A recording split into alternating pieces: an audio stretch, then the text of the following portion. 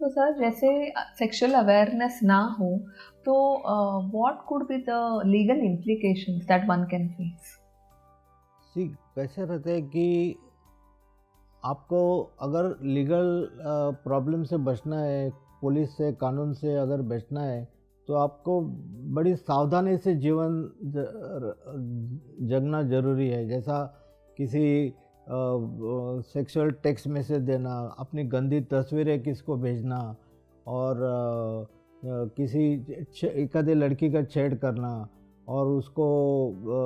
उसके पास रिमार्क पास करना, और उसको धमकी देना, रेप करना, सेक्सुअल एब्यूज़ करना, ये सब जो चीज़ें हैं उससे आप कानून के दायरे में आ सकते हैं, और उसका कॉन्सिक्वेंस जो होता है, उसका परिणाम बहुत ज़्यादा भुगतना भी पड़ सकता है। तो आप एक सीधे रास्ते पे चलना मांगता है कि जिससे आपका जीवन सही हो और समाधानकारक हो, और समाज के कारण आपका जो कुछ बर्ताव है उसको कायम और बरकरार रखना बहुत ज़रूरी है। सर जैसे उम्र बढ़ती है specially after the age of 60, जैसे couples are seen to be less sexually active, तो ये क्यों होता है and what should be done to prevent it? See एक उम्र जैसे बढ़ जाती है, हस्बैंड और वाइफ की, बच्चे भी होते हैं, बच्चों के बच्चे भी होते हैं, तो ऐसा ज़्यादा करके लेडीज़ में देखा गया है कि वो अभी हस्बैंड को बोलते हैं कि अभी बस हो गया, अभी बच्चे हैं और बच्चों के बच्चे भी हो गए, तो अभी क्या करना है। लेकिन ये बहुत गलत सोच है उनकी, औरत लोगों की, ये बहुत गलत सोच है, क्योंकि मैन कैन बी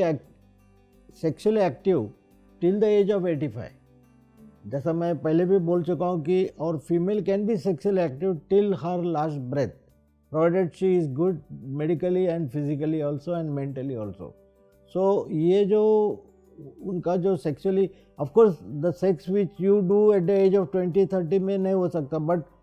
15 दिन में, महीने में एक बार सेक्सुअली एक्टिव रहना बहुत ज़रूरी है। उससे बहुत सी बीमारी, जैसे मैंने पहले भी बोला था, वो भी कम हो सकती है। Person can be active, person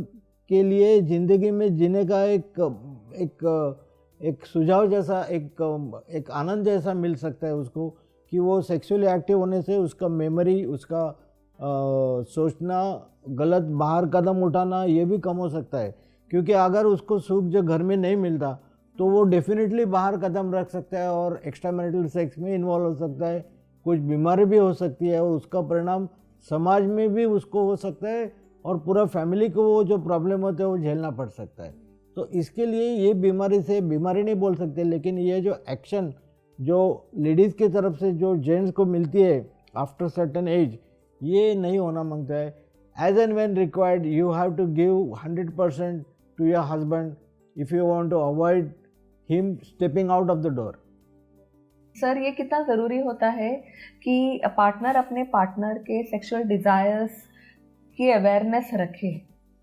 क्या रहता है कि जैसा हमारा एज ग्रुप अभी बढ़ते जा रहा है ड्यू टू हेल्दी लाइफस्टाइल, तो सेक्सुअल अर्ज, desire, libido, arousal, excitement, fantasy, वो भी बढ़ गया है। और अगर आप दोनों हेल्दी है, हस्बैंड वाइफ दोनों हेल्दी है, तो एक दूसरे की जो चाहत है, ज़रूरत है, ये पूरा करना हस्बैंड को भी लागू होता है और वाइफ को भी लागू होता है। क्योंकि अगर उनकी डिज़ायर है तो why not indulge in A sexual intercourse, ये बहुत ज़रूरी है, क्योंकि उससे आपका फिटनेस लेवल बढ़ सकता है, आपका मेंटली सेटिस्फेक्शन हो सकता है। क्योंकि सेक्स जो रहता है ना, सेक्स यहाँ पे रहता है, नीचे नहीं रहता। सेक्स दो कान के बीच में रहता है, दो यहाँ रहता है, दो पैर के बीच में नहीं रहता, और ताली दो हाथ से बजती है। तो ये एक दूसरे का सहारा और एक दूसरे की चाहत को समझना और उससे उसका एक्शन करना बहुत ज़रूरी है।